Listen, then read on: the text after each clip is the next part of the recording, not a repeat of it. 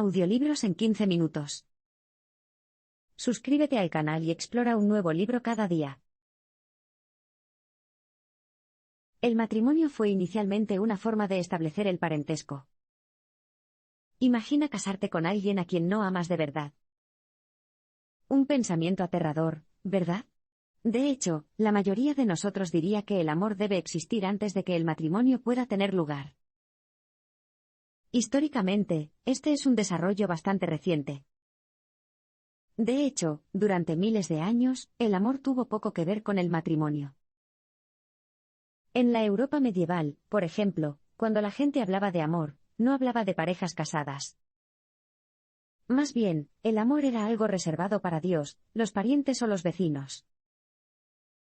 Y en la India, enamorarse alguna vez se consideró peligroso.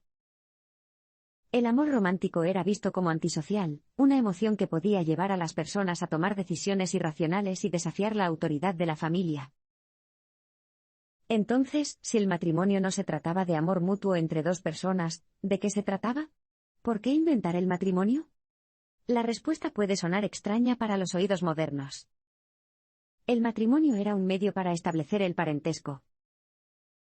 Pero, ¿por qué era algo que la gente quería hacer en primer lugar? Bueno, nuestros antepasados cazadores-recolectores eran viajeros nómadas que buscaban comida constantemente. En esta búsqueda, a veces se topaban con grupos extraños y potencialmente hostiles y se desataba una pelea. Sin embargo, esas peleas podrían evitarse si las bandas hicieran las paces en lugar de amenazarse unas a otras. Pensaron que una de las maneras más fáciles de establecer una conexión confiable entre las bandas era casar a un miembro de un grupo con un miembro del otro. Mediante los matrimonios mixtos, personas completamente desconocidas, e incluso enemigas, podían transformarse en parientes, estableciendo así lazos de parentesco que ayudaban a garantizar la paz. Teniendo esto en cuenta, tiene sentido que la antigua palabra anglosajona para esposa signifique tejedora de paz. El matrimonio era una herramienta crucial para extender el poder económico y político. Para algunas personas, los muchos beneficios del matrimonio vienen con un serio inconveniente: los suegros. Sin embargo, para nuestros ancestros antiguos, merecía la pena celebrar a los nuevos suegros. De hecho, el objetivo de hacer crecer la familia a través de los suegros esencialmente dio origen a la institución del matrimonio. Después de todo, más suegros significan más personas con las que comerciar, por lo que los grupos con vínculos familiares tenían más probabilidades de prosperar económicamente y, por lo tanto, de sobrevivir. Vemos este principio ejemplificado por una extraña práctica de las sociedades Bella Coola y Coaquiutl, ambas ubicadas en el noroeste del Pacífico. Cuando estos dos grupos deseaban comerciar entre sí, pero no podían encontrar un hijo o una hija que fuera una pareja adecuada, simplemente establecían un contrato matrimonial entre un miembro de un grupo y cualquier cosa que perteneciera al otro grupo, un perro, por ejemplo, o el pie de una persona. De esta manera, podían adquirir nuevos suegros, como en el caso de los socios comerciales, incluso si no hubiera nadie con quien casarse. Hasta la época medieval, el matrimonio también tenía un propósito político. Al igual que los anteriores aspectos pacificadores del matrimonio en la prehistoria, el matrimonio durante este tiempo también fue una forma de formalizar los tratados de paz y las alianzas militares. Pero también era una herramienta para extender el poder.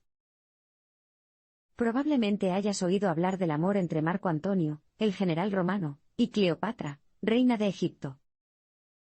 Aunque esta pareja ha sido objeto de muchas obras de ficción, como Antonio y Cleopatra de Shakespeare, su matrimonio en realidad tuvo poco que ver con el amor verdadero.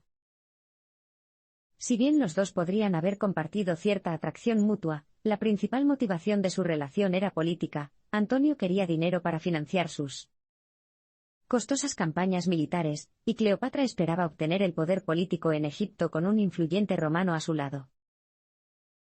El amor siempre se consideró un efecto secundario del matrimonio, no la razón principal de un compromiso. En los siguientes parpadeos, veremos cómo el cambio de actitudes cambió fundamentalmente la institución matrimonial. La ilustración y el trabajo asalariado hicieron del amor la razón principal del matrimonio.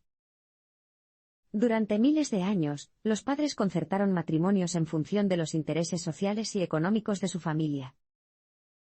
El matrimonio estratégico era tan crucial para el éxito de una familia que la idea misma de dejar que los niños decidieran quién, sin mencionar si que quisieran casarse era simplemente impensable, sobre todo si esa elección se basaba en algo tan efímero e irracional como el amor. No fue hasta finales del siglo XVIII que los grandes cambios económicos y culturales, sobre todo la Ilustración y el surgimiento del trabajo asalariado, liberaron al individuo de los dictados de su familia. La Ilustración difundió ideas radicales sobre el derecho individual a la autodeterminación en todo el mundo occidental, y cambió fundamentalmente la forma en que la gente veía la institución del matrimonio.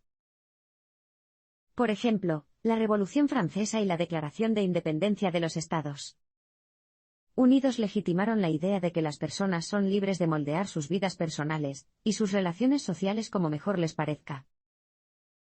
Para los jóvenes, esto significaba la libertad de elegir a su propio cónyuge, en lugar de seguir los dictados de sus padres. De repente, y por primera vez en la historia de la humanidad, el amor se convirtió en una razón legítima para el matrimonio. Este cambio de perspectiva con respecto a la libertad personal estuvo acompañado de enormes trastornos económicos, el surgimiento de la economía de mercado y el trabajo asalariado, que permitieron a los jóvenes establecer su propio hogar independiente de su familia y casarse por amor. Antes de la existencia del trabajo asalariado, las personas dependían económicamente del patrimonio familiar y de la herencia. Al ser quienes pusieron comida en tu barriga y un techo sobre tu cabeza, los padres también se sentían con derecho a decidir quién debería ser tu futuro cónyuge. Sin embargo, con la aparición del trabajo asalariado, las personas, en su mayoría hombres, podían ganar su propio dinero, mudarse a la ciudad y establecer su propia casa con sus seres queridos, con o sin el consentimiento de los padres. En la época victoriana, el matrimonio se convirtió en el lugar de la satisfacción emocional y la frustración sexual. Después de una larga historia de relaciones arregladas, el matrimonio basado en el amor era un territorio inexplorado para las sociedades occidentales del siglo XIX. En consecuencia, pasó algún tiempo antes de que las personas comenzaran a esperar del matrimonio lo que ahora suponemos que debería proporcionar, satisfacción emocional y sexual. Durante milenios, el matrimonio había sido una empresa racional, no emocional. Sin embargo, durante la época victoriana, 1837-1901, cada vez más personas empezaron a esperar el amor romántico y la realización personal del matrimonio. Durante ese tiempo, el matrimonio era visto como la principal fuente de felicidad e intimidad mutua. De repente, la gente encontró un significado profundo, casi religioso, en el matrimonio. Los cónyuges se escribían notas que decían cosas como tú eres mi iglesia y tú mi libro de salmos, como lo hizo Annie Fields, en 1863. Pero si bien la gente de la época victoriana se había vuelto más abierta sobre la satisfacción emocional en el matrimonio, el sexo era otra historia completamente diferente. En aquel entonces, tratar de encontrar satisfacción sexual en el matrimonio era una tontería.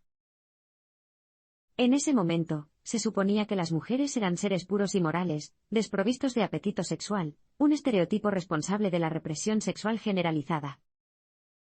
Por otro lado, se pensaba que los hombres eran criaturas lujuriosas, pero las normas culturales les exigían que restringieran sus impulsos sexuales. Por supuesto, los matrimonios se consumaban, pero el sexo conyugal estaba estrictamente regulado. Se aconsejó a los hombres que no tuvieran relaciones sexuales más de una vez al mes, eso debería bastar. Como consecuencia, la prostitución creció. Naturalmente, la gran mayoría de las mujeres, casadas o no, también querían tener relaciones sexuales. Al impedirles la sociedad obtener alivio, estas mujeres sufrieron una grave frustración sexual, lo que, en aquel momento, se denominó histeria. Los médicos tratarían a estas mujeres masajeando la zona pélvica, lo que a menudo las llevaría al clímax. Este tratamiento fue tan popular que su demanda se hizo demasiado grande. Como resultado, se inventó el vibrador mecánico, que permitía a las mujeres darse un capricho en casa. Después de la Segunda Guerra Mundial, el matrimonio masculino como sostén de la familia alcanzó su edad de oro. Cuando los conservadores hablan de los buenos tiempos del matrimonio, es probable que se refieran a las décadas de 1950 y 1960. De hecho, la década de 1950 y principios de la de 1960 fueron un período especial en la historia del matrimonio, al menos en el mundo occidental. Nunca antes en el siglo XX tantas personas se habían casado tan jóvenes. Después de la Segunda Guerra Mundial, los jóvenes querían formar una familia con sus seres queridos lo antes posible. En 1959, casi la mitad de las mujeres estadounidenses de 19 años estaban casadas. Y ese mismo año, el 70% de las mujeres menores de 25 años estaban casadas. De hecho, el matrimonio joven estaba tan extendido que las mujeres de tan solo 21 años empezaron a entrar en pánico, preocupadas de no encontrar nunca un marido y terminar siendo solteronas. El matrimonio era tan común que los solteros confirmados, personas solteras que no tienen citas ni tienen la intención de casarse, estaban mal vistos. De hecho, una encuesta de 1957 reveló que el 80% de los estadounidenses consideraban que los solteros confirmados estaban enfermos, neuróticos o inmorales. El matrimonio de posguerra se caracterizó por la división del trabajo por género que ahora consideramos tradicional, el esposo como sostén de la familia, la esposa como ama de casa. Sin embargo, antes de los años 50, una división de roles tan marcada era bastante rara. Durante siglos, esposos, esposas e hijos trabajaron juntos en casa para ganarse la vida. Si bien es cierto que la aparición del trabajo asalariado creó la expectativa de que los hombres deberían conseguir un trabajo remunerado mientras sus esposas se ocupaban del hogar y de la crianza de los hijos, la realidad era muy diferente. Los hombres a menudo no ganaban lo suficiente para alimentar a toda la familia, por lo que sus esposas también conseguían trabajo. Además, los hombres generalmente no declaran su participación real en las tareas del hogar y el cuidado de los niños, ya que no querían admitir que hacían trabajo de mujeres. No fue hasta el auge económico y el rápido aumento salarial de la década de 1950 que las familias con un solo ingreso se convirtieron en la norma y una esposa trabajadora en la excepción. En este punto de la historia del matrimonio, las personas creían que finalmente habían encontrado el modelo de familia ideal. Pero este no fue el caso en absoluto. En la década de 1970, las personas tenían más libertad para elegir un estilo de vida y el matrimonio comenzó a fallar. Poco después de que el frenesí matrimonial alcanzara su punto máximo, dio un rápido giro a la baja. A lo largo de la década de 1970, el número de matrimonios disminuyó, las personas comenzaron a casarse más tarde en la vida, los nacimientos fuera del matrimonio aumentaron, y las tasas de divorcio aumentaron de manera constante. Durante esta década, 1 de cada 2 matrimonios en los Estados Unidos terminó en divorcio. Pero, ¿por qué? Extrañamente, la razón principal del desmoronamiento del matrimonio basado en el amor fue su convicción fundamental, que el amor, y solo el amor, puede construir un matrimonio. Si bien el amor como base del matrimonio ciertamente puede hacerlo más gratificante, también puede hacerlo más frágil. Cuando el matrimonio se basa en el amor, está destinado a terminar si ese amor se extingue. Claramente, el amor romántico es mucho más volátil que la simple necesidad y el sentido de compromiso que alguna vez caracterizaron al matrimonio. Pero el matrimonio basado en el amor existía mucho antes de la década de 1970, entonces, ¿por qué esta crisis del matrimonio no ocurrió antes? Antes de la década de 1970, las personas aún no eran libres de casarse y divorciarse a su antojo, ya que se interponían enormes limitaciones prácticas, es decir, financieras y culturales. Los 70 cambiaron todo eso. Por ejemplo, las mujeres, en particular, rara vez solicitaban el divorcio porque dependían económicamente de sus maridos. Sin embargo, en los años 70, más y más mujeres obtuvieron títulos universitarios, se unieron a la fuerza laboral y, a su vez, pudieron ganar más dinero.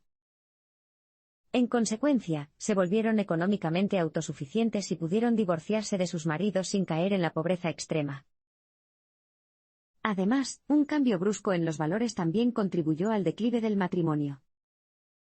Las nuevas generaciones cuestionaron los roles de género tradicionales y se negaron a casarse tan pronto como lo habían hecho sus padres. En cambio, trataron de utilizar ese tiempo para expresarse. Aunque el matrimonio moderno está cambiando rápidamente, no está condenado al fracaso.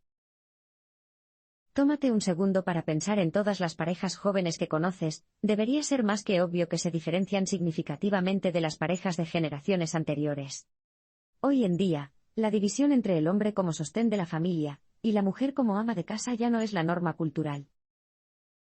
Es mucho más común que ambos miembros de la pareja sean asalariados. Hoy en día, las mujeres están menos dispuestas a abandonar sus aspiraciones profesionales y quedarse en casa y, a veces, incluso superan a sus maridos en términos de ingresos. Las cifras de 2001, por ejemplo, muestran que el 30% de todas las esposas que trabajan traen a casa más dinero que sus maridos. Además, el privilegio legal del matrimonio está siendo cuestionado continuamente por acuerdos de asociación alternativos, y legalmente reconocidos. Por ejemplo, en Francia y Canadá cualquier persona puede establecer una relación legalmente reconocida en la que ambos miembros de la pareja compartan la responsabilidad por un hijo o simplemente pongan en común sus recursos. Estas relaciones pueden ser con una pareja, un hermano o simplemente un mejor amigo. Los miembros de estas relaciones disfrutan de muchos de los beneficios que reciben las parejas casadas. Pero a pesar de las muchas alternativas, el matrimonio sigue siendo una institución fundamental.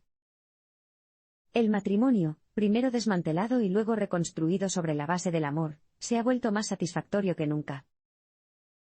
Según muchos estudios, las personas casadas son, en promedio, más felices y saludables que las personas solteras. Además, su matrimonio funciona como una especie de protección contra las amenazas financieras y psicológicas, ya que las personas casadas pueden afrontar mejor los reveses financieros y la depresión. Entonces, aunque el matrimonio ha sufrido numerosos cambios fundamentales a lo largo de su historia, no obstante, está aquí para siempre.